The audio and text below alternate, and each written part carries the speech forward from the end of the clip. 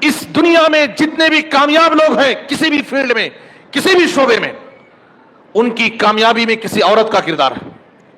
ہر کامیاب انسان کے پیچھے، ہر کامیاب انسان کے پیچھے کسی عورت کا کردار ہوتا ہے۔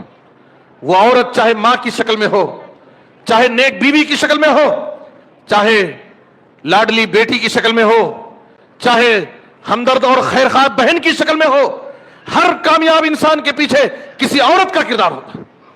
عورت اگر اپنے مقام کو سمجھ لے، اپنی عظمت کو پہچان لے، وہ دنیا کو کچھ بھی دے سکتی ہے۔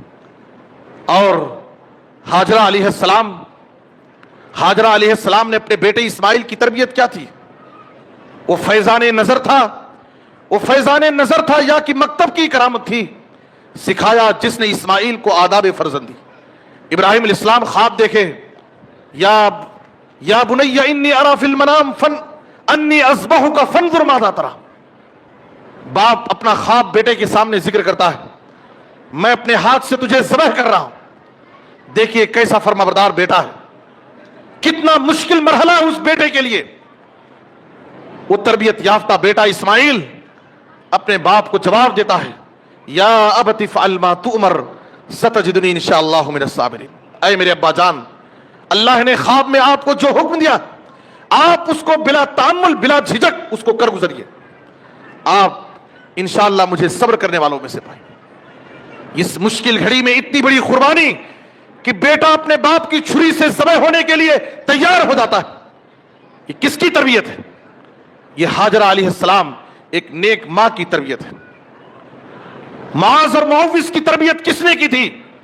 اسلام کی پہلی جنگ بدر میں کافروں کے کمانڈر ابو جہل جیسے جرنیل کو، اتنے بڑے بہادر انسان کو جس کو اپنی طاقت پر بڑا غرور تھا، میدان جنگ میں جا کر کے یہ دونوں معصوم بچے معاذ اور معوذ ابو جہل کو قتل کرتے ہیں۔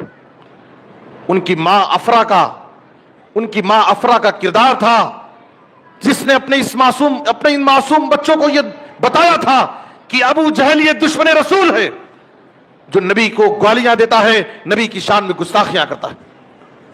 ہماری خواتین، آپ اپنی ذمہ داریوں کو سمجھیں۔ علامہ اقبال کا نام ہم بارہا سنتے ہیں۔ علامہ اقبال کو جو اقبال حاصل ہوا ان کی نیک ماں کی تربیت کا نتیجہ تھا۔ انہوں نے اپنی ماں کی شان میں پوری نظم پیش کی اور اپنی ماں کی قربانی اور خدمات پر ان کو خراج تحسین اور خراج عقیدت پیش کیا۔ انجمن تربیت سے تیری میں انجم کا ہم قسمت ہوا، گھر میرے اجداد کا سرمایہ عزت ہوا۔ ایک دو مثالیں نہیں ہیں، انبیاء سے لے کر کے، اولیاء سے لے کر کے، ائمہ سے لے کر کے، محدثین سے لے کر کے آج تک کے زمانے میں ہر دور میں نیک ماؤں کا بڑا کردار رہا ہے۔ اگر مائیں اپنی ذمہ داری کو سمجھ لیں، اپنے مقام کو پہچان لیں، آپ کی گود میں پلنے والے بچے ہیرے بن کر کے نکلیں گے۔ آپ اپنے بچوں کے تعلق سے جو خواب دیکھنا چاہیں، آپ کے خواب پورے ہو سکتے ہیں۔ میں آپ کو ایک سچا واقعہ بتاتا ہوں، وقت تیزی کے ساتھ بڑھ رہا ہے۔ 1980 میں ایک عراقی پائلٹ، عراق کا رہنے والا ایک پائلٹ، جہاز چلانے والا، وہ میڈیا کے سامنے آ کر کے ایک رپورٹ پیش کرتا ہے۔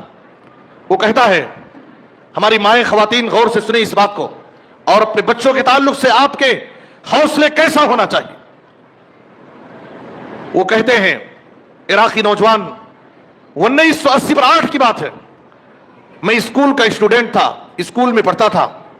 ایک دن اسکول سے پڑھ کر کے میں گھر آیا، میری ماں نے میرے اسکول کے بیگ سے ایک بک نکالی، بک نکال کر میرے نام کے ساتھ عبداللہ پائلٹ میرا نام کے ساتھ لکھا۔ میں نے دیکھا کہ میرے بک میں میری ماں نے میرے نام کے ساتھ عبداللہ پائلٹ لکھا ہے۔ مجھ کو سمجھ میں نہیں آیا۔